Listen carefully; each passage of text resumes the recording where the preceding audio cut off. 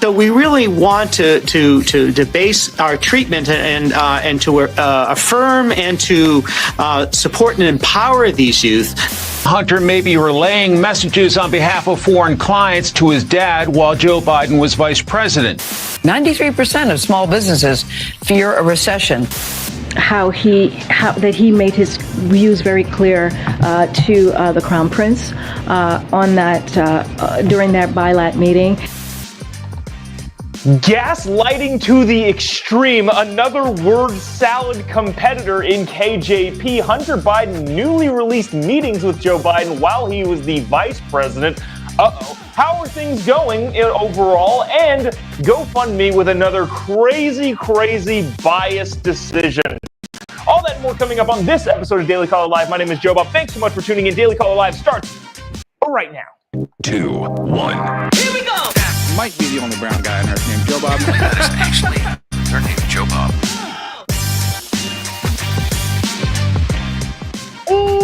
Live from the dingy bunker, completely cut off from the outside world, except for you fine folks. My name is Jobob. This is Daily Caller Live. Thanks so much for tuning in. On today, it is July 19th, the year of our Lord 2022. So good to see you this morning. A lot of stuff to catch you up on for, wow, what's going on in the news. Hunter Biden's back. I feel like Hunter Biden's going to be a never-ending thing continually in the news. But also, gaslighting extreme is going on at the White House level. You know what? We'll start with that. Have you heard of Rachel Levine, the transgender advisor to the Biden administration, health advisor to the administration? Anyways, they go on some talk show, I believe this is MSNBC, talking about trans youth and quote-unquote affirmative care. And I feel like this is a bigger example. Obviously, you can disagree wholeheartedly with the position that they're taking. But at the same time, I feel like this is a prime example of gaslighting. If you're not familiar with that term, I want to explain exactly what it means. Because gaslighting has been used wrong a lot on the internet lately. I see people on Twitter and Instagram and Facebook saying, this is gaslighting. I'm like, well, okay, no, it's not. Gaslighting is important, but that's not it. So I want to explain what that is and use this video clip of the health secretary assistant somebody, Rachel Levine, as a prime example of what gaslighting is, especially talking about trans youth in sports.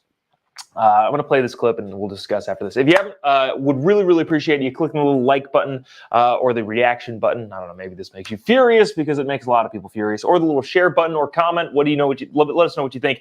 But engaging in the post in any ways is great for us to get to more people. So really appreciate you doing that. Check this out from the health person. Watch this.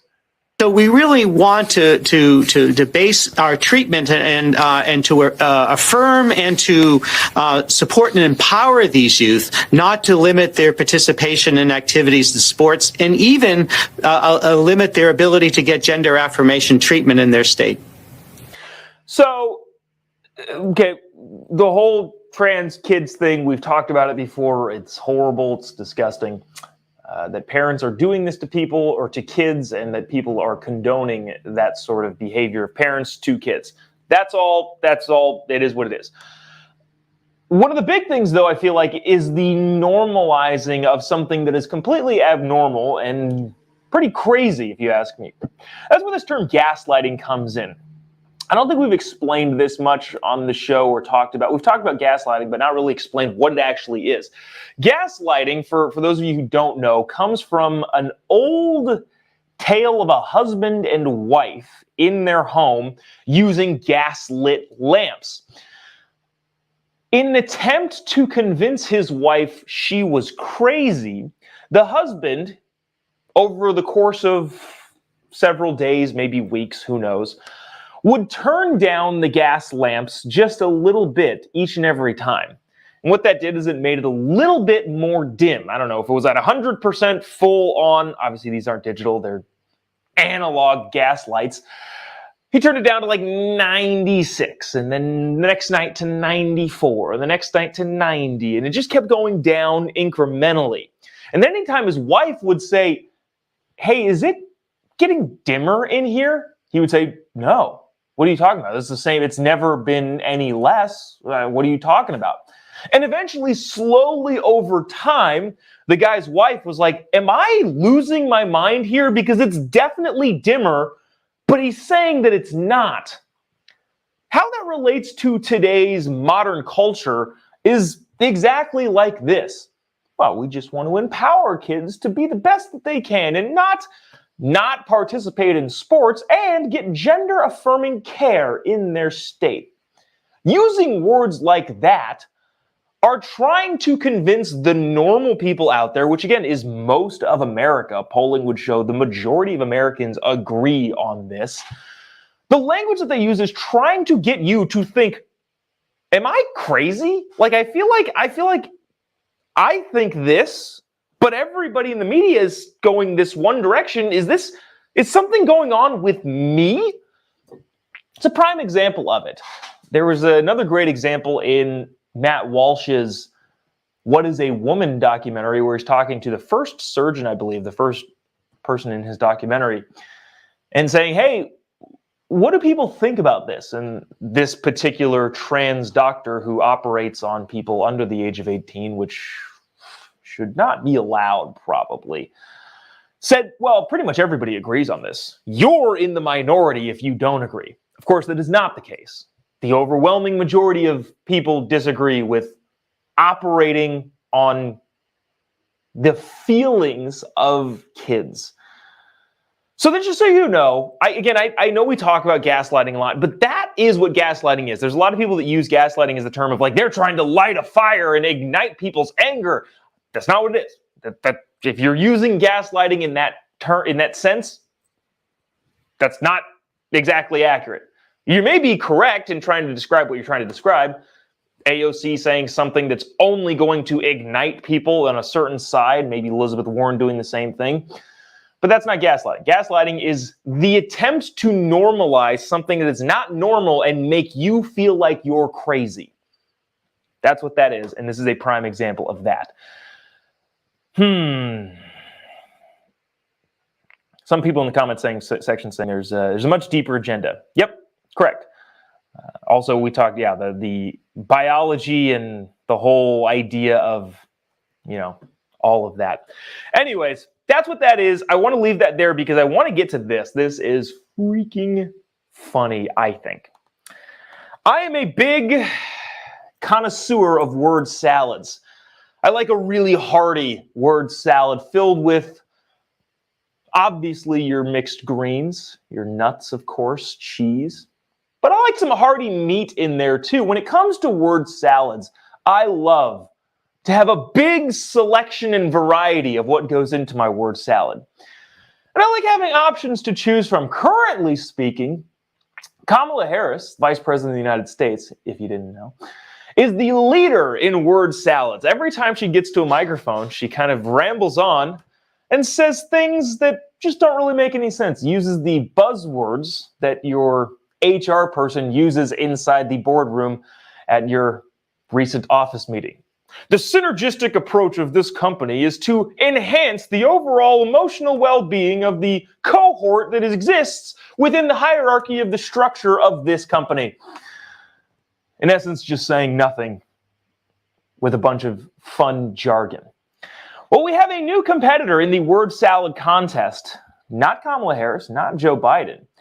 KJP, Karine Jean-Pierre, the White House press secretary, who is in way over her head. Honestly, I feel a little bad for her. We've talked about this several times before. Jen Psaki, I disagreed with pretty much every single day, but at the same point, I could acknowledge that she was good at her job, which her job was to lie to the American people and spin things in the favor of the president. Even though she was wrong about all of it, she was good at coming back quick and at least forming a coherent sentence to where people weren't saying, what the heck did you just say? KJP is not of that caliber, unfortunately for her. She's in way over her head. And yesterday submitted a submission into the word salad contest. Watch this from one Karine Jean-Pierre, Jean-Pierre, the White House press secretary, in her word salad attempt to beat out her bosses. Check it out. See if you can follow along with what she's getting at. I believe she was asked, actually, you know what? Sorry, I'm not sure if the question was cut off. If the question is in there, sorry, you're going to hear it twice. But the question that was asked, hey, given the fist bump and the very long meeting with MBS, Mohammed bin Salman, in Saudi Arabia, does Joe Biden still consider him a pariah, which is a promise that he made on the campaign trail? That was the question asked, and this is the answer from the White House press secretary. Does the president, now that he's back from Saudi Arabia, does the president still believe that Saudi Arabia and the Crown Prince should be considered a pariah, or did this trip change his view about that? So as you heard from the president again on Friday, he made very clear that that he made his views very clear to the Crown Prince on that during that bilat meeting, and he even said it would be inconsistent, right, for a president of the United States not to speak of our values, not to talk about human rights, and it would be inconsistent, to be quite frank, of Joe Biden not to do that. So he was very clear about where he stood about Jamal Khashoggi's death, murder. He mentioned it from the start of their meeting, and when it comes to his comments stand. He has been pretty clear about that, about where he stands on the comments that he made during the campaign. What now? Sorry, Miss White House press secretary, you kind of lost me in the fog there. The answer was, the question was, are you still considering the Saudi Crown Prince MBS a pariah? And then kind of flew off the rails from there. I don't know if you could follow with that. I think what she was trying to say, and what Jen Psaki would have said, or a more skilled wordsmith would have said, is Joe Biden has been very, very clear of his stance on MBS's killing of Jamal Khashoggi. We do not condone that at all, but unfortunately, given what's going on in the Middle East, there are inner workings that we have to be involved with, and we can't entirely shut them out. That being said, the killing of Jamal Khashoggi was an absolute atrocity, and we will never condone this type of behavior from the Saudis or anyone else. Holy cow, I should be the press secretary of the United States. Again, this is not real. We can talk about whether or not she's honest or telling the truth, but at the same time, I feel like this is a matter of, can you string a group of words together and make a coherent sentence? Apparently, she cannot. So there's that. That's again, White House press secretary. I don't know. Trying to make words out of nothing. I wanted to get to this, though, too. This is another question, I believe. It was Peter Doocy, I think, asking about gas prices and all of that sort of stuff. So let me play this from the same press briefing, and we can talk about whatever it is afterward. Check it out. We have seen gas prices go down in the past 34 straight days. Aren't they still go down $2 a gallon higher than when you guys took office, though? First of all, we have to look at the impact of how we got there, right? You think about the war that Russia has taken on in Ukraine, an unmitigated war, and a war that is brutal, and that has had an effect on the price gases going up, almost $2. We have talked about that endlessly. And also, we are also in a once-in-a-generation pandemic. So there are outside factors that has led to gas prices going up. So I realized just now while watching this clip what Jen Psaki did that made her better at this job than KJP. Again, and I keep using this disclaimer, that does not mean I agree with anything Jen Psaki said. I don't think she was being honest or truthful pretty much the entire time she was the White House press secretary. But at the same time, I could admit that she was good at her job. And I think I figured out why. The question being asked there was, hey, aren't gas prices still $2 higher than when you guys first took office? She said, well, we have to, the mitigating circumstances and then the war in Ukraine and all that sort of stuff. But the way that she did it, tonality-wise, so KJP's tone was defensive. What Jen Psaki did is almost like the first thing we played and talked about. It was kind of like gaslighting. When anybody would ask her a tough question, she would throw it back on the reporter and say, "Don't you know this?" And that's the kind of tone she would take. The way that Jen Psaki would have answered that question is, come on, you know that there's a war in Russia, and you know that there's a bunch of mitigating factors that are out of the control of the administration. It's an unfortunate situation, but it's something we just have to deal with, and you should know that as a journalist. That's the way Jen Psaki would answer those questions. And again, KJP just not up to the job and being entirely defensive with how she answers questions and all of that jazz. Speaking of, now we'll go to this. Speaking of the president and the president's business dealings, I guess, Hunter Biden has some more information coming out from his laptop. I actually am curious about when this is going to end. This reminds me of, remember the Peter Strzok, Lisa Page text messages that were coming back and forth with the whole Russian collusion stuff? Peter Strzok saying, "No, we'll stop him," and Lisa Page saying, "No, we have to." And that was a big whole scandal ordeal. And for some reason, there kept being more texts coming out after the big dump of text came out. So there's like a big dump of text messages between Peter Strzok and Lisa Page. And then more would come out. And then more would come out. And then a couple weeks later, more would come out. And I could never understand, like, why aren't all of these out just at one time? Same situation's going on with Hunter Biden's laptop. We've had it now for, what, 2 years almost? Year and a half at least, almost 2 years, coming up to the November election in 2020. How is there still more stuff coming out? But nevertheless, there is more stuff coming out. Hunter Biden, apparently, anytime he went on a foreign business trip, quote unquote business trip, he would meet with President Biden during his tenure as vice president, which is at odds with what private citizen between 2016 and 2020 Joe Biden would say happened, and especially what he's continuing to deny of, "I've never talked business with Hunter Biden." I want to play this short clip from the White House correspondent at Fox News, and then kind of get into the New York Post article that's unveiling these sorts of meetings. This is actually super interesting, and again, who knows where this goes. Unfortunately, the cynical side of me says probably nowhere, but one can only hope. Before we play this, if you haven't already, would love it if you click the little react button, either the like button, the mad button, the laughing button, the heart button, the sad button, whatever you feel is appropriate for your emotions at the time. Also, if you wouldn't mind clicking the share button, you don't have to, but it's free to you, doesn't do anything to you, but it really, really does help us out. Or give us a comment, engage with the post, whether you're on YouTube, Facebook, Twitter, whatever it is. It really, really does help us out, get to more and more people. The algorithms are such that that really, really does help us. Without further ado, watch this clip from Fox News, and we'll discuss the New York Post piece in a second. Check it out. Jackie, the New York Post reports Hunter Biden met with his father at least 30 times at the White House or the vice president's official residence, typically just days after returning home from overseas travel. The thought being Hunter may be relaying messages on behalf of foreign clients to his dad while Joe Biden was vice president.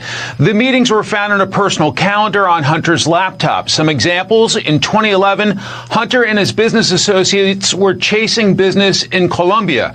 March 12, 22, Vice President Biden met with the former president of Colombia, according to emails on the laptop. There was a $1.8 billion power plant project and a $3 billion upgrade to the Bogota, Colombia subway system. The New York Post reports Hunter Biden business associate Eric Schwerin emailed Hunter in 2011 saying, quote, "If it works, we'll all be rich." So to pick up where that piece left off, this Columbia deal, they were, I believe the Rosemont Seneca partners were getting $25,000 a month in a retainer plus a 1 to 5%, the article doesn't entirely make it clear, bonus fee if the project was successful. What does that have to do with Hunter Biden and Seneca Partners, the American investment company? I'm not entirely sure, but I would imagine some big money going to some Colombian government association that has something to do with a loan amount of some kind. I'm not entirely sure what that deal was. But continuing on with the oddity of these particular meetings, Eric Schwerin, the president of Hunter Biden's investment company, Rosemont Seneca Partners, is named as a calendar invite recipient on 21 of the 30 listed meetings because, of course, the obvious, well, wait a minute, would be that, well, Hunter's just getting lunch with his dad. Is that such a weird thing to do? No, it wouldn't be. Except for the fact that about 70% of the time, his business partner came along. That would either indicate one thing, possibly I'm not going to get into that. I was going to make a joke about the possible sexuality of Hunter Biden, and maybe his business partner is a little bit more than that. But I'm not going to make that joke because that would be unbecoming of this show and this desk. But it's weird. Why is 70% of Hunter Biden's meetings with his dad that happen to be at the vice president residency or the White House, including the president of his investment firm? Kind of an odd thing to think.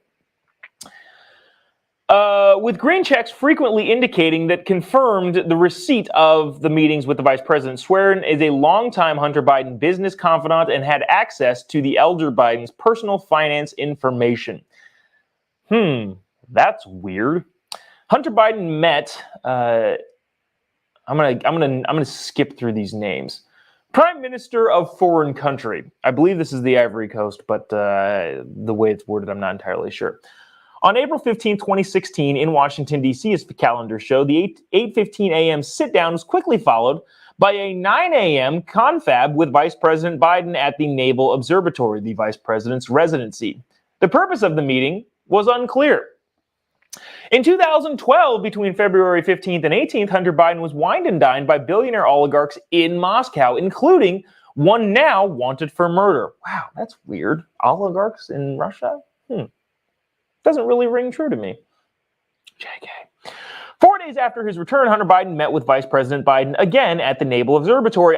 November 14th, 2015, Hunter Biden met with Romanian ambassador to the United States before heading off to a meeting in that country. He returned November 17th and had breakfast with his father at the Naval Observatory 2 days later. Just months after the trip, he teamed up with former FBI director to help Romanian businessman Gabriel Popovich avoid jail time.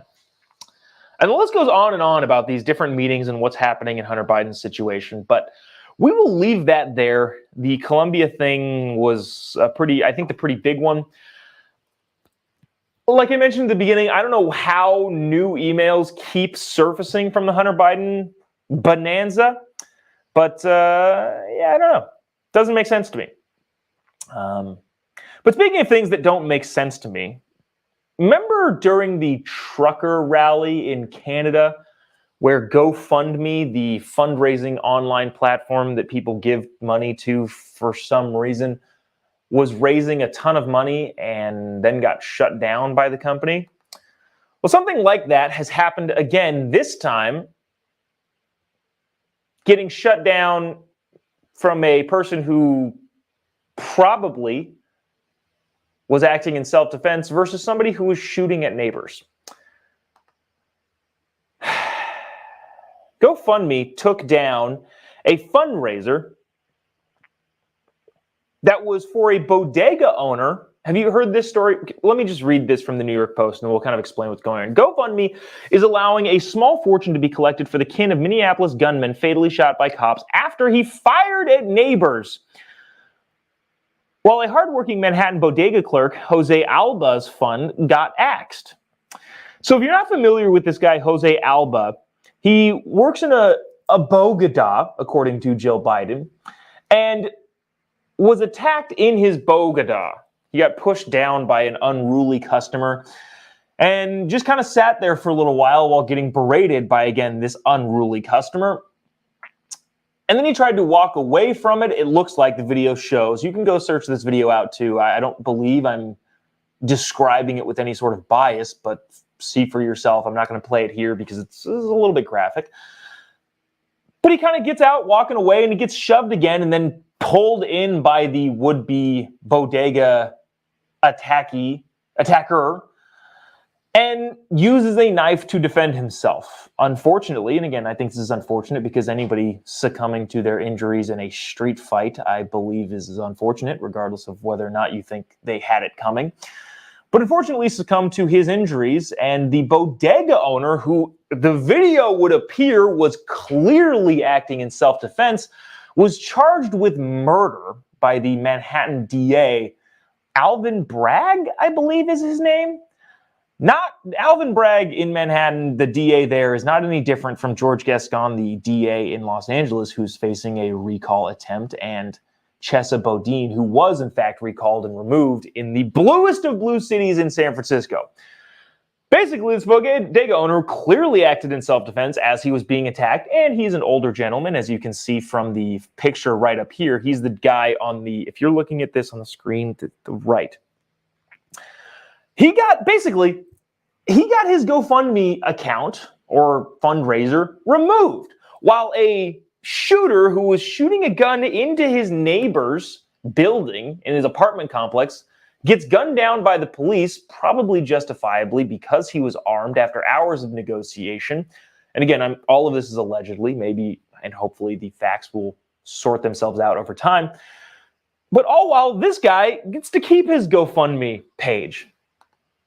Seems odd. The fundraiser for the family of the dead Minnesota shooter surpassed a goal of $20,000 within 3 days, hitting the $20,000 and $25,500 on Monday afternoon. Yet, the GoFundMe page for Alba, who killed an ex-con attacker in apparent self-defense at the store, got pulled a day after his case came to light. There's a lot of quotes here about GoFundMe should be ashamed of themselves. People on Twitter very upset. But such is the situation going on with the biased tech companies. What else is new? I want to end with this because I'm curious in the comment section what you think. What do you? How are things going today where you are, where you live, with what you do?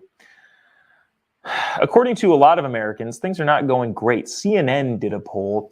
Now, I was on Newsmax yesterday talking about how the elitist CNN is, and I do actually still believe that. But at the same time, since Jeffrey Zucker left, CNN has been doing more good news coverage. I'm not talking about their opinion shows, because their opinion shows are still their opinion shows.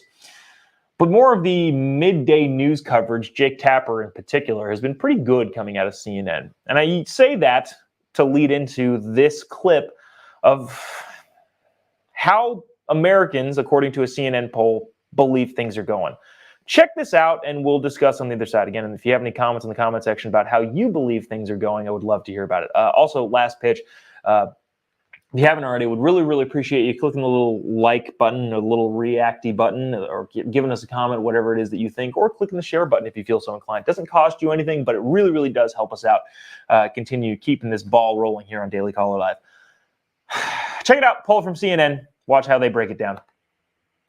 How well are things going in the country today? Only 21% say things are going well. I want to put that in some historical context for you. 21% is the low point. This goes back, in fact, off this chart, Jake. You have to go back to 2009 to find a time when the American electorate was this dissatisfied with the way things were going in the country. And when we ask specifically about economic conditions, and we say, can you rate the economic conditions today? Look at this number. 82% of respondents in this poll say economic conditions in America are poor. Only 18% say that economic conditions are good. Here's what I always think after watching these types of clips or reading these types of polls. What was it? 82% of Americans say, well, the economic situation in the United States right now is currently poor. But 18% of people said that it's good. Who are you, 18% of people? And if you choose to identify yourselves, I would like to ask you one question. Where is your bar? In terms of how bad things get, where's the line that you have to cross for you to think, yeah, maybe it is a poor economic environment right now? What is your rationale, you 18%, for having this is good. Everything is fine right now. I think things are going pretty well. What do you do for a living? Do you do anything for a living? Do you watch the news at all? And I'm not advocating for people watching more news because that generally tends to make people crazy, which is why we're doing this show, hopefully to have a lighter take and maybe not make people as crazy when they're watching the news. But where's your line? What metric are you using to decide that the U.S. economy is good right now? Inflation being, 9.1%, highest it's ever been in 40 years. Interest rates are getting jacked up by the Fed every single day, it seems like. The housing market is going into a massive cool down as everybody but the experts expected. What has to happen for you 18% to think that the economic situation, well, maybe it's not so good anymore. Maybe it's poor. I'm actually curious. I'm genuinely curious. Is there anything? If Joe Biden were to take $7 trillion in cash and have a big bonfire in the middle of the Capitol, not the Capitol, like the big stretch, I'm blanking on the mall, the Washington Mall. If he were to take $7 trillion and light it on fire in the middle of the mall, would you be convinced that, yeah, the economic situation is not great? The government is not doing a ton of good things to enhance the economic situation for Americans? I don't know. Kevin says 18% of the wealthy. Maybe that's it. I don't know. I kind of doubt it. I think technically, if I were to talk about my own situation, I think technically I would be considered quote unquote wealthy, just measuring by metrics and standards. My wife and I do pretty okay. Just, I don't know. Wouldn't clump myself in that with that 18%. I hope that didn't sound elitist, but we save our money.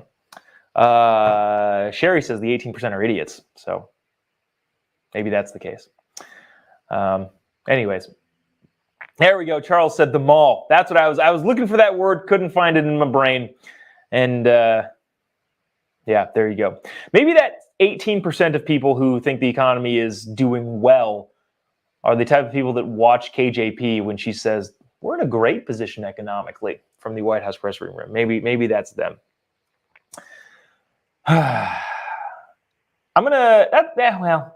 That'll do it for us today. We, again, just like every day, there's a couple more things we can get to, but we'll save it for the rest of the week. If you haven't already, would appreciate a follow on any of the social media accounts. Instagram is again going nuts, but yeah, if you want to give me a follow on Instagram, I tend to get back to most of the messages. Twitter, any of those social media platforms, Facebook. Again, the running joke here, if you've been watching for a long time, is that my Facebook account on this Chiron is wrong. It's just at the Jobob. Just type in Jobob. You'll pretty much be able to find me. Any brown guy that comes up with the hillbilly name, that's probably me. Just Jobob. You can give me a follow on any of those. There was a couple comments that I saw kind of like scrolling through. Where'd you get that t-shirt? This is a TPUSA t-shirt. Is there a little emblem? I think it's on the back here. 2A, I am the military. Kind of a fun one. You can get those at the TPUSA website. If you need that link, shoot me a message. I'll send it to you. But yeah, those t-shirts are available there, along with a bunch of other t-shirts that you could find on my Instagram page, as well as a bunch of places. Fun t-shirts are fun to wear. Tomorrow, just to give you a heads up on what we're doing this week, I believe we're going to record an episode for tomorrow very, very early in the morning and then air it at its normal time. I got to be on a plane at 7 going to Tampa, where I'll be for the next several days at Turning Point's Student Action Summit. If you live in the Tampa area or are going to be in the Tampa area over the weekend, would love to connect. If you need tickets to SAS, go ahead and shoot me a message and we can get those to you. I've got a sick promo code that's going to take a big chunk off of your ticket price. Again, if you're in the Tampa location, I believe DeSantis will be there and Donald Trump will be there. So it'll be a raucous time.